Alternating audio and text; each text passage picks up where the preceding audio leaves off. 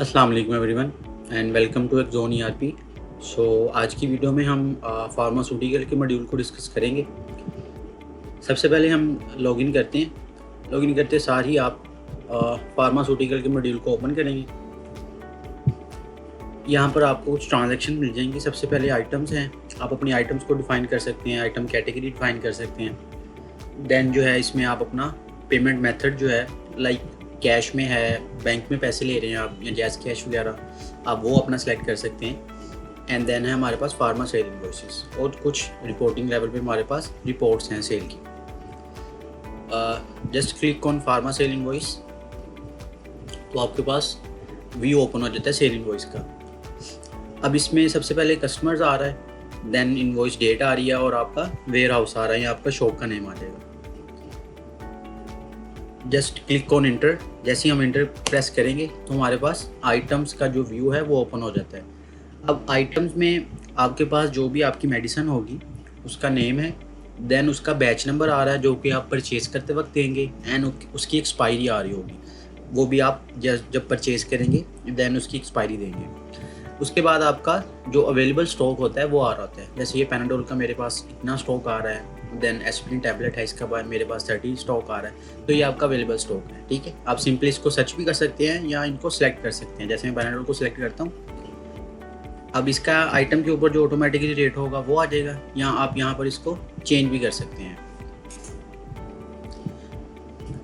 Simply यहाँ पर ये क्वेश्चन मार्क है, जैसे ही आप इस आइकन के ऊपर क्लिक करेंगे तो आपको डिफरेंट जो है वो शॉर्ट कीवर्ड्स आपको अवेलेबल होंगे। जैसे अभी मैंने इंटर के लिए इंटर प्रेस करता हूँ तो आइटम आ जाती है।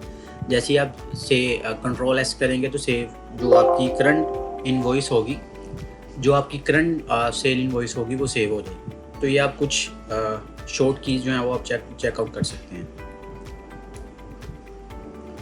देन यहाँ पर जो कस्टमर है हम बाय डिफ़ॉल्ट भी सेट कर सकते हैं। जैसे हमने फार्मा वाकिन कस्टमर को बाय डिफ़ॉल्ट सेट किया हुआ है, यहाँ आप अपना जो डेली के कस्टमर है उनको भी आप यहाँ पर इजीली सेलेक्ट कर सकते हैं। अब हम कोई एक और जो है वो मेडिसिन ऐड कर लेते हैं। लेट्स सपोज एस्पिरिन टैबलेट को ऐड करते हैं, इसकी क्वांटिटी 10 है और अभी 4 इसका है। अच्छा, अब जैसे ही मैं कंट्रोल एस करता हूँ तो ये बाय डिफ़ॉल्ट कस्टमर का नेम आ जाएगा।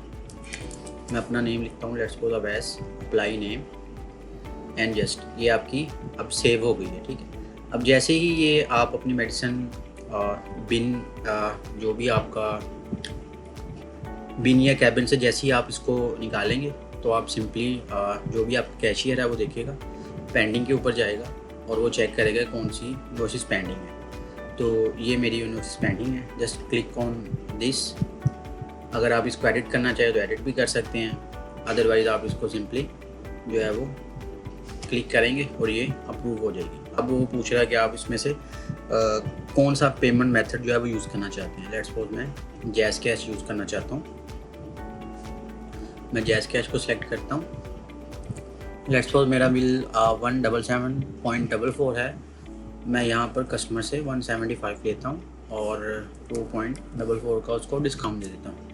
जैसे सिंपली मैं कन्फर्म इनवॉइस करूँगा तो ये हमारे पास ये जो है इनवॉइस वो कंफर्म हो चुकी है।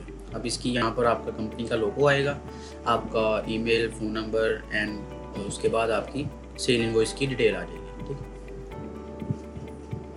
जैसे ही आप अप्रूव करते हैं तो वो इनवॉइस आपकी अप्रूव में चली जाती है। तो हम अप्रूव के ऊपर क्लिक करेंगे तो आप ये देख सकते हैं यहाँ पर हमारे पास ये इनवॉइस हमारी अवैस नेम के कस्टमर के साथ अवेलेबल है।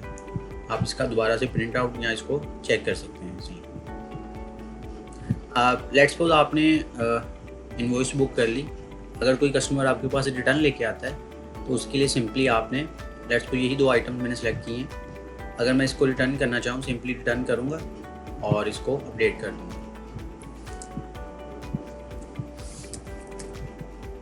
अप्लाई नेम करते हैं और ये आपकी रिटर्न अपडेट हो गई है। ठीक है, अब आप जैसे ही पेंडिंग के ऊपर जाएंगे तो आप ये इनवॉइसेस का है फॉर्म और यहाँ पर ये रिटर्न्स का आएगा फॉर्म।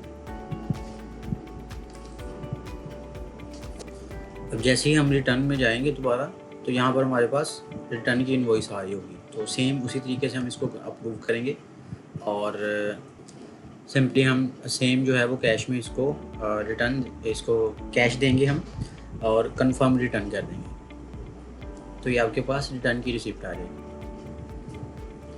अब जैसे ही हम अप्रूव में जाते हैं तो यहाँ पर हम देखेंगे रिटर्न, तो ये आप देख सकते हैं कि जो भी हमने रिटर्न डाली है टेस्ट कस्टमर के नेम से 175 की, तो हमारे पास यहाँ पर आ गई।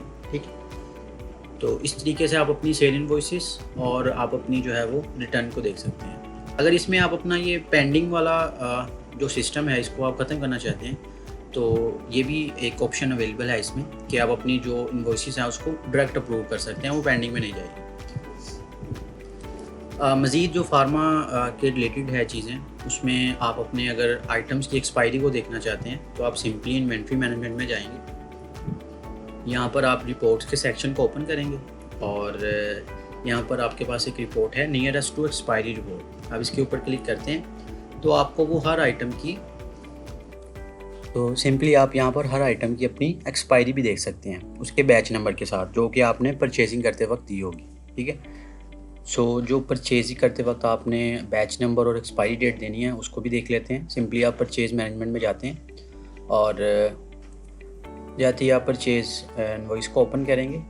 अभी लेट्स सपोज जैसे हमने एक इन आइटम्स की डाली थी परचेज, तो यहाँ पर ये है आपके एक्शन के अंदर। सिंपली आप इसको क्लिक करते हैं तो आपके पास यहाँ पर बैच नंबर देंगे, क्वांटिटी देंगे उसकी, मैन्युफैक्चरिंग डेट देंगे और एक्सपायरी डेट देंगे। तो इसके अकॉर्डिंग सिस्टम ऑटोमेटिकली जो फर्स्ट बैच आ रहा होगा या सबसे पहले जो इसकी एक्सपायरी डेट आ रही होगी वो सिस्टम से आइटम्स को आउट करेगा। तो ये है हमारा फार्मा का कंप्लीट मॉड्यूल जिसमें आप अपनी कंप्लीट जो है फार्मेसी को मैनेज कर सकते हैं और इसमें आप अपने जितने भी फार्मा के एक्सपेंसेस हैं वो भी रिपोर्ट कर सकते हैं। सो मिलते हैं जी हमारी नेक्स्ट वीडियो में, तब तक के लिए अल्लाह हाफ़िज़।